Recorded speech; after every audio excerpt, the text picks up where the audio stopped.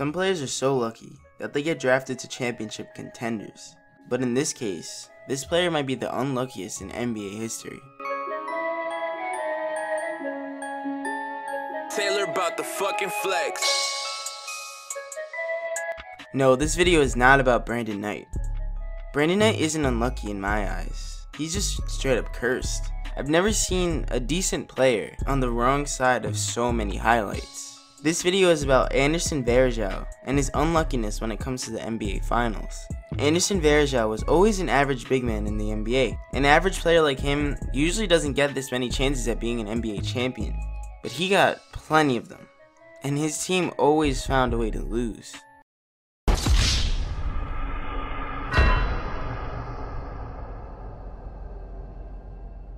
In the 2007 NBA Finals, the Cavs were swept by the Spurs. Anderson Varejao was the backup center on this team that LeBron basically carried. The whole series is very ugly and is known as one of the biggest blowouts in Finals history.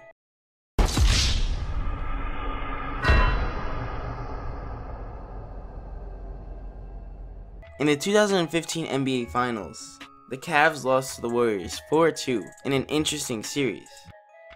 A lot happened from 2008 to 2014. When LeBron was there, the Cavs were favored pretty much every season, but they can never break through and win.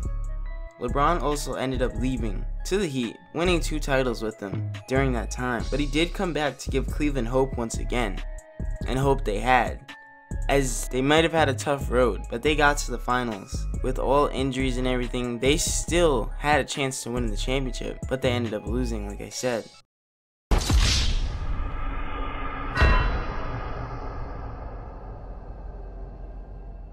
Now here's where things get interesting. In the 2015-2016 season, Anderson Varejao started off with the Cavaliers, but he was traded to the Portland Trail Blazers, and he was instantly released by them, and then picked up by the Golden State Warriors, who ended up going 73-9.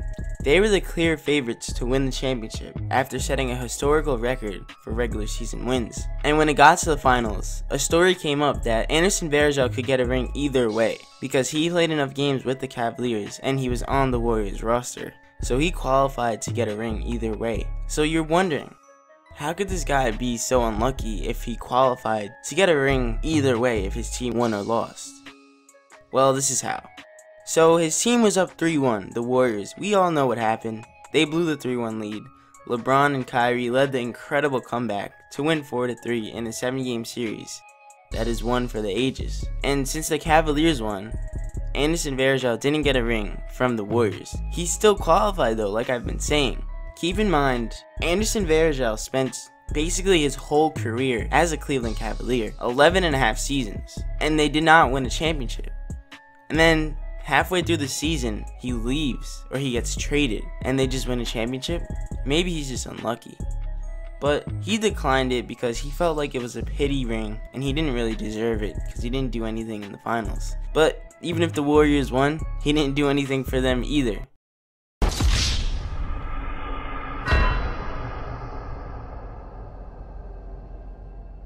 This is where it gets pretty funny. In the 2017 NBA season, the Warriors were almost a lock for the championship. They were totally unstoppable, and everyone knew it was basically going to happen. And Anderson Varejao was on the roster. That was until February 3rd of this season, where he was waived by the Warriors and wasn't picked up by a team for the rest of the season. And yeah, everyone knows, the Warriors won the championship in dominating fashion, beating the Cavaliers in 5 games. And it's crazy. This guy had a chance to win a ring 3 straight years in a row and lost every single one. He wasn't a part of the team for the last one and didn't play enough games to qualify for it. So we could just call him very unlucky.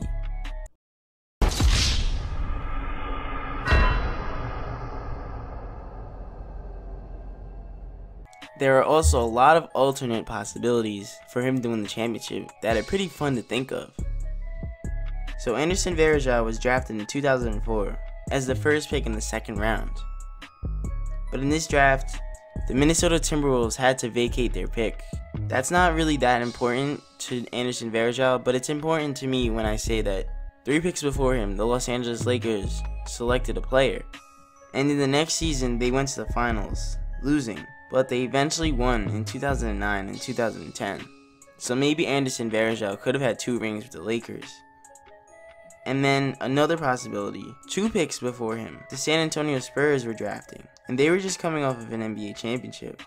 And from the time span until now, they won in 2005, 2007 against his Cavaliers, and in 2014. So maybe it's possible that Anderson Varejao could have had 3 rings with the Spurs if things fell his way. But they didn't. And right now, Anderson Varejao is basically 0-4 in the NBA Finals and is struggling to even get signed by a team. So we could just call him the unluckiest player in NBA history. I hope you guys enjoyed that video. If you did, like and subscribe like always, and comment what you thought about it. I really appreciate all the support, and as always, I'll catch you guys next time.